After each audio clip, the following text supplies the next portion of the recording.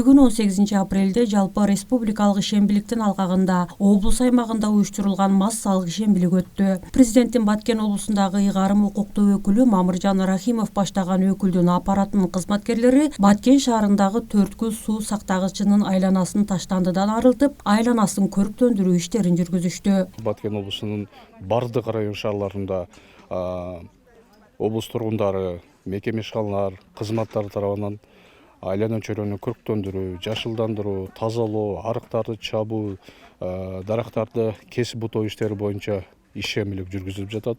Бул ишембиликтин өткөрүлүшү биз үчүн өтө маанилүү. Анткени айлана чөйрөнүн тазалыгы биздин келечек дагы, биздин жашоо дагы өзгөчө мааниге.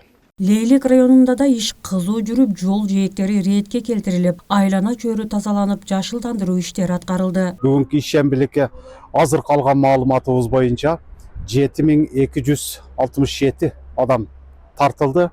Бул ар бир айылда жүрүп жатат. Айылдардагы ички арыктарды чабуу, каналдарды тазалоо, жана ар бир мекеме ишканалардын, мектеп, бала бакча, больница, ушундай социалдык объектилердин территориясын тазалоо иштери, актоо, сырдоо иштери жүрүп жатат.